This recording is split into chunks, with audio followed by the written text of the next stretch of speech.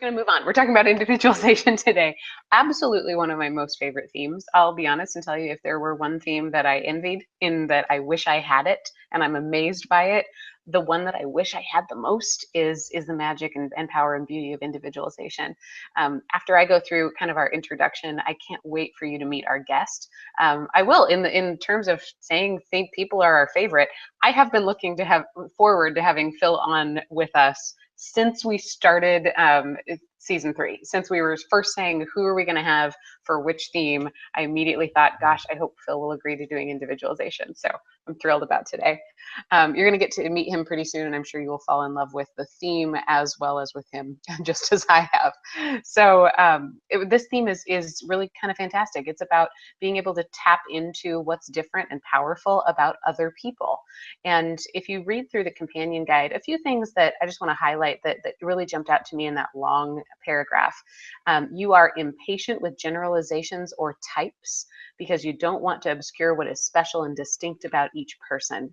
You hear the one-of-a-kind stories in each person's life. You are such a keen observer of other people's strengths. You tend to be able to draw out the very best in each person. I think when individualization is very mature, it lends itself real beautifully to great management. Those managers or leaders with high individualization understand that the secret to great teams is not replicating the same sort of person over and over again. It's not hiring like yourself, but it is casting by individual strengths so that everyone can truly do a lot more of what they each do well. And individualization, I often talk about it as being the gift of being able to be a great gift giver. And sometimes we'll talk about it as that friend of yours who is always interested in what are you into in the moment that you're into it. And every time you open a physical gift from them, it tends to be just the most perfect thing that you've ever wanted. It is it's the ability to personalize and customize, I think is probably the best way to talk about individualization. Last week, we talked about includer, and individualization came up quite a bit as we were comparing and contrasting those two. One of the things that I think we got stuck on was individualization sees difference and diversity and appreciates what's unique, whereas includer sort of sees some sameness about it. The more I think about individualization this week, the more I realize there's a lot more that's different between those two. I think they're both fantastic relationship building themes. They just come at it from a different way.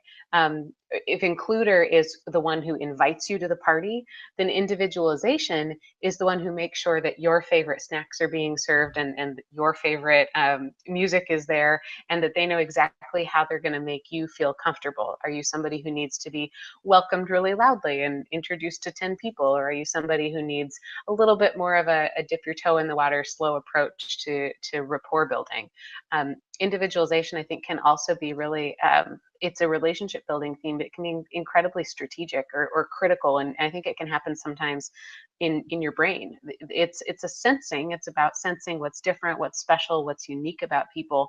But that sensing can also help you think about how are people going to work together especially well, or what is this theme going to do in order to kind of grease the wheels of the machine.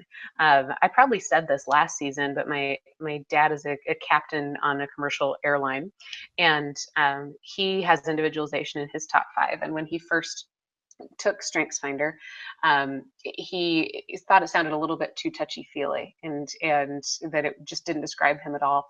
And then I asked him about, how do you plan every flight? And he says, well, absolutely every flight is different. At any point, any one person, any one passenger, any one sort of checklist item could change. And that's why you're never actually on autopilot.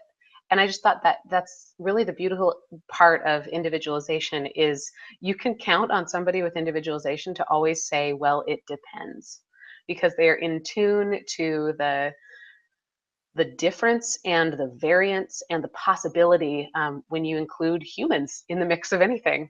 And it's just such a great asset. Let's talk about, on that companion guide, what does individualization look like in leaders? So if individualization in an individual or an individual contributor is about appreciating difference and uniqueness, then in a leader, the extension or the stretch of that is, I think, not just appreciating it, but highlighting diversity, not just being inclusive to different people personally, but being inclusive and noticing things influentially. Your ability to customize your approach to team members is going to strengthen that emotional bond that exists within teams, within organizations, in ways that can be more resilient to change, more resilient to distance, even, and more resilient to challenges. And I think the trick about how do you get really great at this, how do you mature it even further from a leadership standpoint, is making sure that you're not the only person who understands everybody on the team. How can you help other people understand each other? That might be by giving very specific praise and recognition, or in the questions that you ask, because it's fantastic that you can see each person for the unique contribution that they make. It's even better if you can be that lens that helps other people see it as well. Think about diving even further into the fact, if you're a leader with individualization, dive further into the relationship building aspect of this. Study how you best personalize your approach to everybody so that you really can improve the depth of understanding that you have in relationships. At times, individualization can be that sense that says, I know what makes this person tick.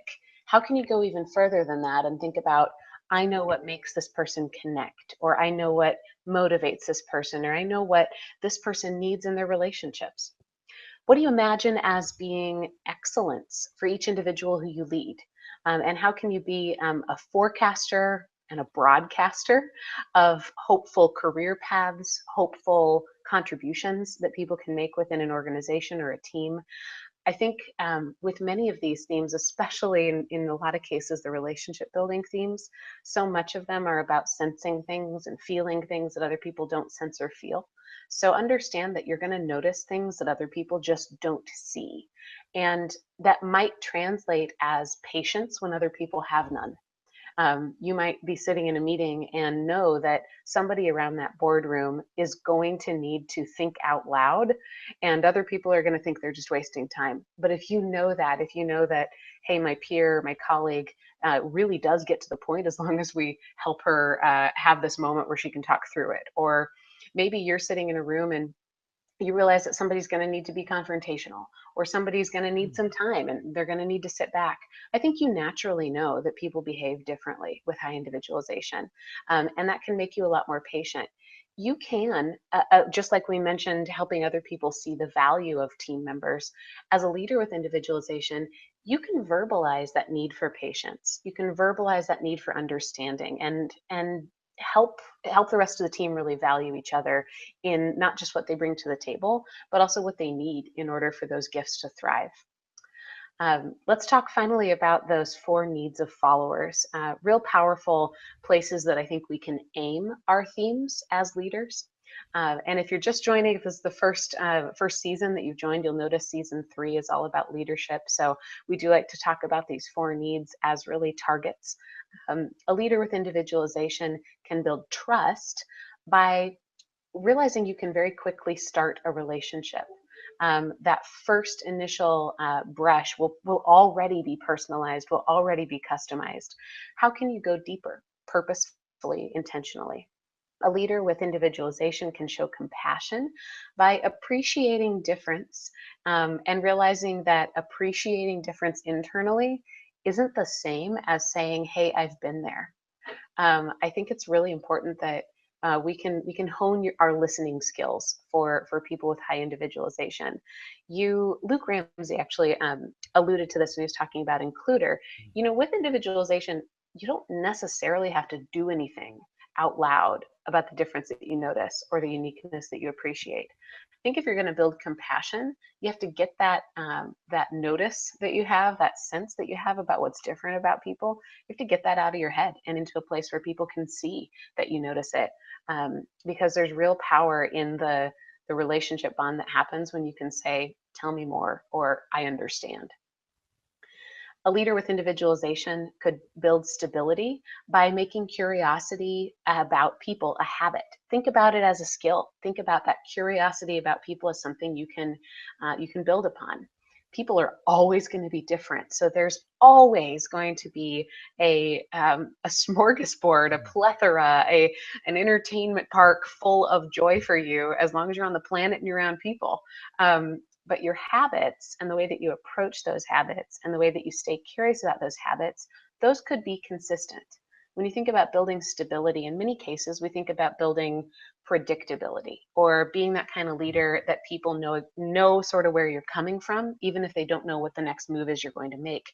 So as a leader with high individualization, how can you have some great listening habits that people get used to? Maybe it's sitting down at a certain time of day with anybody who wants to come talk to you, or maybe it's the way that you praise or recognize people. Maybe it's making a habit of writing notes or expressing yourself. Maybe it's just honing the best questions that you have that really get at the core of other people. And finally, a leader with individualization can use this theme to inspire hope by expressing the business case for collaborative inclusiveness. Is that the most expensive sentence I've ever said? It's not the same as includer. Individualization appreciates that differences matter.